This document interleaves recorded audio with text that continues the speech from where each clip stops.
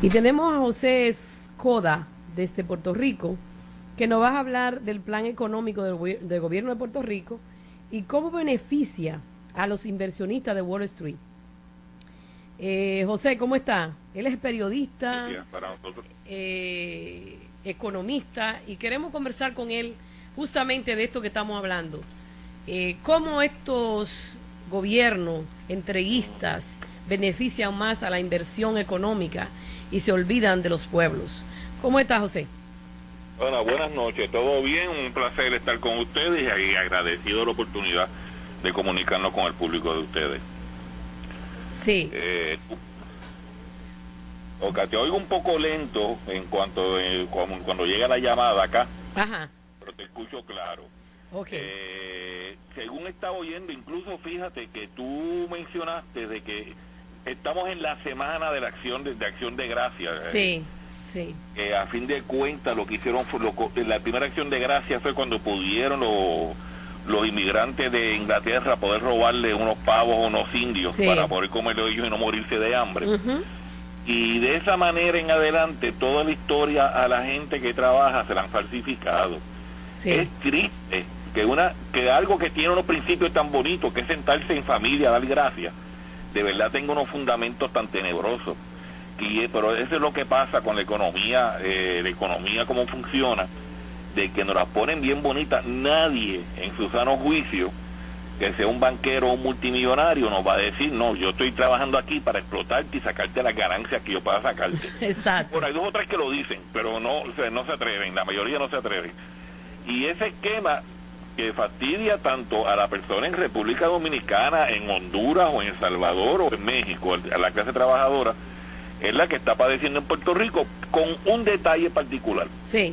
La Constitución del Estado Libre Asociado de Puerto Rico, por Constitución, dice que primero hay que pagarle a los bonistas y después se reparte la riqueza en el pueblo. Nosotros y nunca no conocemos alcanza ninguna otra constitución del planeta que diga eso. Pero nunca alcanza, José. No, esa es la cosa. Nunca alcanza. Y entonces, ¿para dónde se van a ir los chavos principales? Pues para el rico. O sea, el pueblo de Puerto Rico es un pueblo trabajador. Aquí la gente sale a la calle a las 4 de la mañana, a las 5 de la mañana. Ya a las 6:30 de la mañana hay tapones en la calle.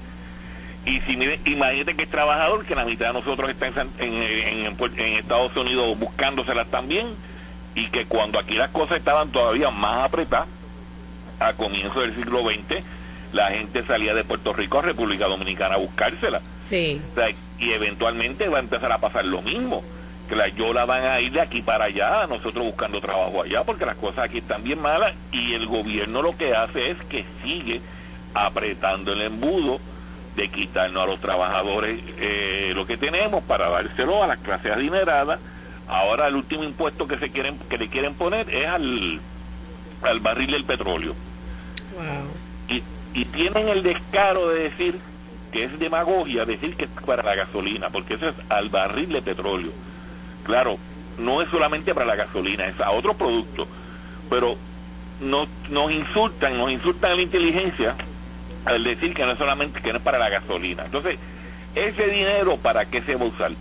Para pagar deudas y para contratar de estas grandes compañías que son las que le ponen brea a las carreteras, etcétera. O sea, que si se dijera que es para invertir de verdad en el país, pues mira, la gente se sacrifica. Hoy siguiendo incluso el modelo socialista de los países del norte de Europa, de Escandinavia, que es un modelo mixto.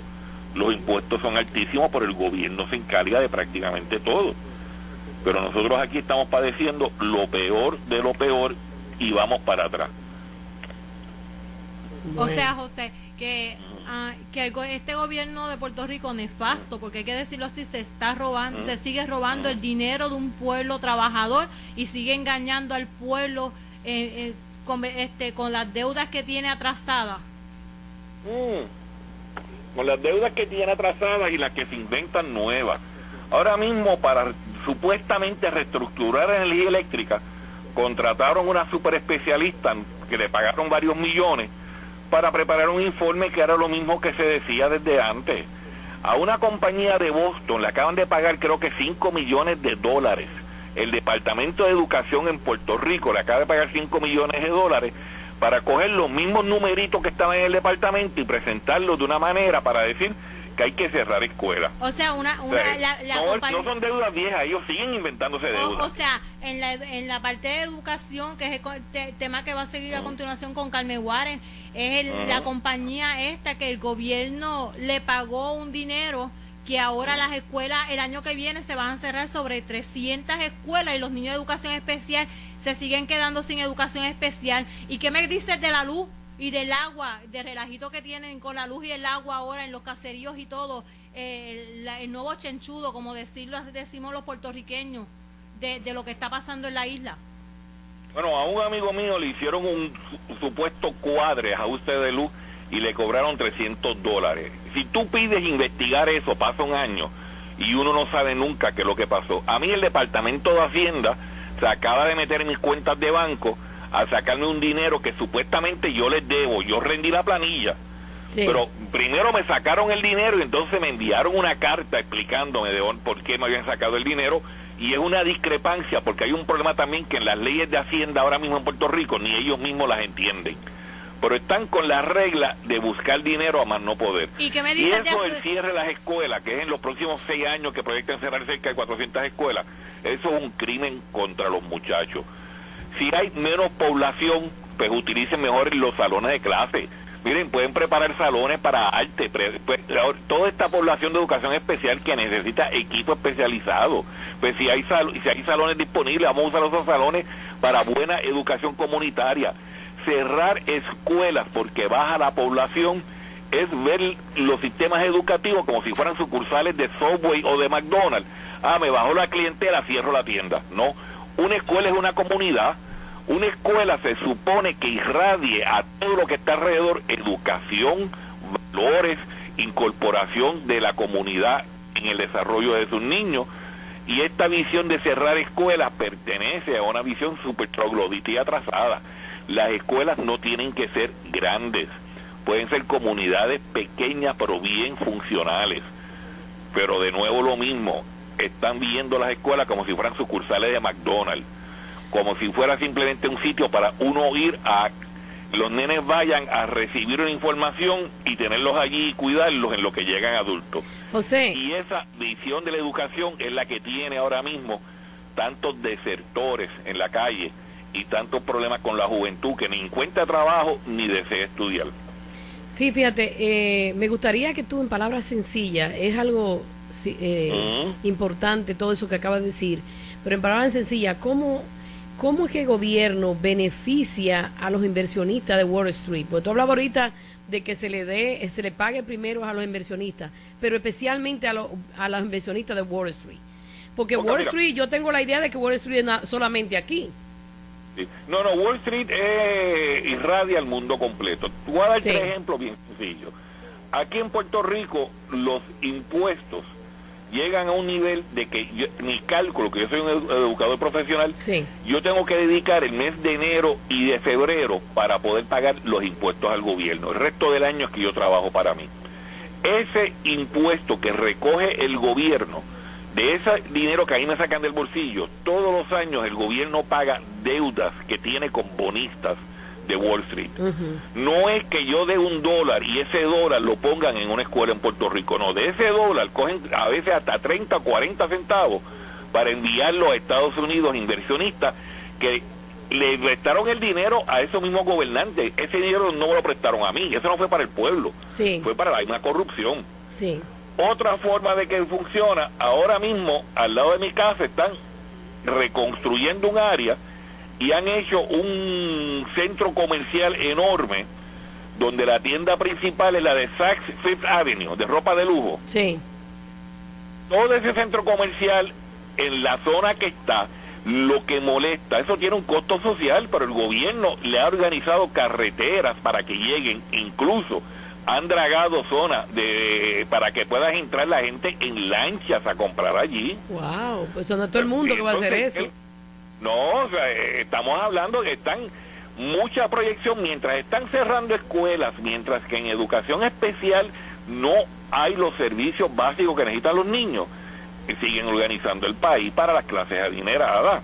Y mira, y esto no tiene que ver con que si los secretarios de educación buenos o malos, ha habido como 8 o 10 secretarios de educación de ambos partidos, populares y PNP, sí, algunos de ellos gente decente. Eso no tiene que ver con quién está en de quién está en el gobierno, es que al gobierno lo gobiernan. sí. El gobierno de Puerto Rico es de los más gobernados por otros intereses. Eso, incluso lo que le está pasando al gobernador actual, es que los grandes intereses le dijeron, mira, el plan que tú tienes no va porque los bonos te los vamos a degradar a chatarra. Y lo primero que hizo fue que tuvo que firmar la privatización del aeropuerto, a pesar de que había dicho que no quería hacerlo. Pero le dijeron, o firmas esto o vas a pagar las consecuencias. Y ahora mismo el aeropuerto de Puerto Rico es uno de los focos de mayor tráfico de droga de la zona, controlado por intereses extranjeros. Qué terrible. Y así es que uno ve distintas prácticas que se siguen alineando. Ahora comenzaron a proliferar las cámaras que dan multas a la gente que comete exceso de velocidad cuando está guiando. Sí. Ahora, esa multa, si te dan una multa de $100, la mitad de ese dinero se queda con ella una compañía privada. La que puso la cámara. La que puso la camarita. Okay. Es un guiso redondo. Entonces el gobierno lo ha aceptado porque como es dinero que le entra a ellos, pero la mitad se va para intereses privados. No es algo que sea para el gobierno, para el colectivo. Es para seguir beneficiando a las compañías privadas. ¿Qué le costaba al gobierno, con tan buenos estudiantes universitarios que hay en las universidades, preparar ese sistema de camaritas y tenerla funcionando para el gobierno? Pero no, prefieren contratar personas. ¿Por qué? Porque esas personas en esos contratos, el gobierno le da 100 millones y le devuelve a los políticos corruptos por debajo de la mesa $10 millones, que es la tasa básica que corre en los contratos con el gobierno. O sea que eso no es solamente por una cuestión de ignorancia, es que hay demasiada corrupción y cada vez que hay mucha medida de privatización, búscate que hay corrupción. Eso fue la experiencia que pasó en Argentina, que Menem se hizo multimillonario, y en los demás países que las olas de privatización arrasaron a finales del siglo pasado. En nuestro país también. De República Dominicana. Sí, yo me recuerdo que el otro día ellos contrataron unos especialistas mexicanos de educación para que hicieran un plan educativo en el país. Y República Dominicana, modestia aparte, hay excelentes técnicos de educación que pudieron sentarse y hacer ese plan educativo. Después, todos esos libros que se hicieron, tuvieron que echarlos a la basura, porque como ellos venían de México y tenían la forma del español mexicano, no era igual que el dominicano, pues hay que hay diferencia, aunque sí, es español, pero hay cierta diferencia. Entonces tuvieron que botar los libros y todo ese dineral se perdió. Y ahí hay una deuda, aparte de la deuda también, y el juego que tú hablas de por debajo de la mesa con los políticos. Ahí por eso no es que se haya exactamente perdido, es que pasó a bolsillos privados. Exacto. Ese dinero terminó según lo querían usar los políticos, para bolsillos privados. Nosotros en América Latina tenemos que entender que la educación tiene que ser para la clase trabajadora. El primer teórico de la educación latinoamericana, Simón Rodríguez, que fue el maestro de Simón Bolívar, lo insistía: hay que educar a los negros, hay que educar a los pardos, a los mulatos. Son los que necesitan esa inversión del Estado, no como una dádiva, sino como una inversión. Y cada país tiene que saber educar a su prole. Nosotros en América Latina tenemos muchas cosas en común, pero yo he visto muchas de las guías curriculares en República Dominicana, y por cierto, ahora mismo están más avanzadas que la de Puerto Rico. Sí. En República Dominicana las exigencias y los estándares para un estudiante que termina lo que nosotros llamamos el cuarto año de escuela superior, en República Dominicana están más avanzadas que la de Puerto Rico. Yo conozco escuelas dominicanas desde hace más de 20 años que funcionan requete bien. Eso que tú me dices, yo no conocía esa noticia, pero es una barbarie, porque eso es como, ¿para qué tú llevar el trompo a bailar? ¿Por qué tú vas a ir a bailar a la casa del trompo, a un sitio que tiene tan buenos educadores? Así mismo es. Y eso fue un escándalo, eso fue un escándalo. No, y a nivel de América Latina, estamos padeciendo el mismo problema, y en Estados Unidos también. Mira, ahora mismo en Estados Unidos cierran escuelas, una cuarta parte de la población de los infantes pasa hambre en Estados Unidos, y hay gastos ya trillonarios en las dichosas guerras. Cada tanque de eso cuesta cada tanque de esos que mandan para la guerra cuesta más que una escuela. Claro que sí. Y en ese sentido ya estamos viendo de que no es solamente en contra de los latinos, de los negros, es en contra de los pobres. Mira, Obama es negro, pero sí. O sea, ¿qué ha pasado? O sea, la economía dice que ha mejorado un poquito, pero la gente sigue igual de fastidiada y la gente pasando hambre. En Europa ahora mismo, aun cuando lo han cortado, se mantienen planes de salud universales. Sí. Tú eres una mujer que trabaja, puedes tener una licencia de maternidad de 6 meses antes y hasta un año después, sin perder tus beneficios de empleo y con un estipendio de pago. Mira a ver cuántos trabajos en Nueva York incluyen eso. ¿Sabes? La forma en que a los pobres y a los trabajadores nos siguen sacando dinero es una forma descarada. Cada vez que tú ves, yo por lo menos aquí en Puerto Rico, en la farmacia, los viejitos comprando medicina, y tú los oyes, bueno, si compro esto no puedo pagar la luz, dame la mitad de la receta. O sea, que tienen que estar regateando con las medicinas y tomando un mal servicio médico, porque si no, entonces no tienen luz en la casa o no tienen comida. Eso es criminal. Una persona que trabajó 40 años de su vida, que a estas alturas no tenga para sus medicinas básicas. Y eso mismo también está pasando en Estados Unidos. Hay algunos sectores que, menos mal, mantienen unos planes, pero hay otros sectores que todavía están en la prángana.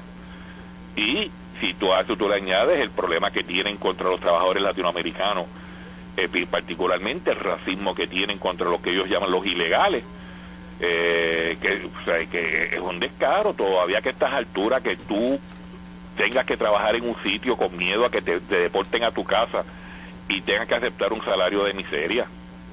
O sea, estamos en el siglo XXI. Se supone que eso perteneciera a los capítulos de historia del siglo XIX, cuando existía la esclavitud, pero no hay razones para eso que no sea las ganas de cada vez más dinero. Sí, así lo dice. No es solamente de latino. Carlos Slim es latinoamericano, Carlos Slim es mexicano. Y el tipo tiene sobre 30,000 millones de dólares. 30,000 millones de dólares. Así Eso es obsceno. Mientras hay gente pasando hambre, que haya personas con tanto dinero. O sea, todavía eso es lo que está fastidiando el funcionamiento del planeta. Mira, ahora tú que estás hablando sobre el problema del hambre, la FAO se reunió recientemente en Roma y el Papa Francisco denunció que la lucha contra el hambre y la desnutrición se ve obstaculizada por la prioridad del mercado y por la preeminencia de la ganancia, y reiteró que sin solidaridad y con un actual sistema económico donde prevalece la ganancia es difícil luchar para acabar con el hambre. Es súper difícil porque incluso los grandes intereses prefieren botar la comida. Mira lo que está pasando en Florida ahora mismo en Estados Unidos. Está prohibido por ley que tú le des comida a los deambulantes. Prohibido por ley. Menos mal que hay gente digna que está haciendo unas campañas de desobediencia civil frente a esa ley. Sí. Pero prefieren botar la leche. Mira lo que pasa con el bloqueo contra Cuba. Cuba ahora mismo tiene escasez de leche. Sí. Pero no puede comprarla a distintos países porque el bloqueo de Estados Unidos no solamente bloquea que Estados Unidos y Cuba tengan comercio, sino que amenaza a personas de otros países que si tú vienes con un barco y dejas leche en Cuba, ese barco no puede tocar puerto norteamericano por un año después. Sí. Bueno. Entonces, algo tan necesario como la leche, tan básico como la leche, que tú no puedes almacenar en grandes cantidades, en Estados Unidos la botan y en otros países hace falta. ¿Tú te crees que la hambruna en Haití es porque falta comida en el planeta? No. Sí, más que la comida que hace falta en Haití, se vota solamente en un estado como el de Arkansas o el de Kansas, perdón. Más comida se vota en el estado de Kansas para mantener los precios que la comida que hace falta en Haití. Bueno, el sistema ya produce suficiente para todo el mundo. Así es. El problema es que el mercado aguanta la mercancía y la comida la ha convertido en mercancía para exagerar los costos, y eso es lo que está ocasionando el hambre. El hambre mundial no es un problema de falta de comida, es de una distribución indigna debido al mercado. Bueno, José, lo vamos a dejar hasta ahí. Vamos a seguir conversando. Es un tema bastante importante y hay que aclarar y hablarlo al dedillo para que la gente entienda. Pero te vamos a dar las gracias por estar con nosotros esta noche y te dejamos los micrófonos para que te despidas del público. Sí. No, gracias a ustedes, y la oportunidad de comunicarnos desde todas partes del planeta es importante, porque los que trabajamos estamos padeciendo los mismos males y tenemos los mismos enemigos y tenemos que saber trabajar juntos. Y que pasen buenas noches todos. Gracias. Y en la medida que puedan, celebren con la familia y den gracias por aquellos que tienen su familia y su gente cercana. Pasen muy buenas noches. Buenas noches. Buenas noches.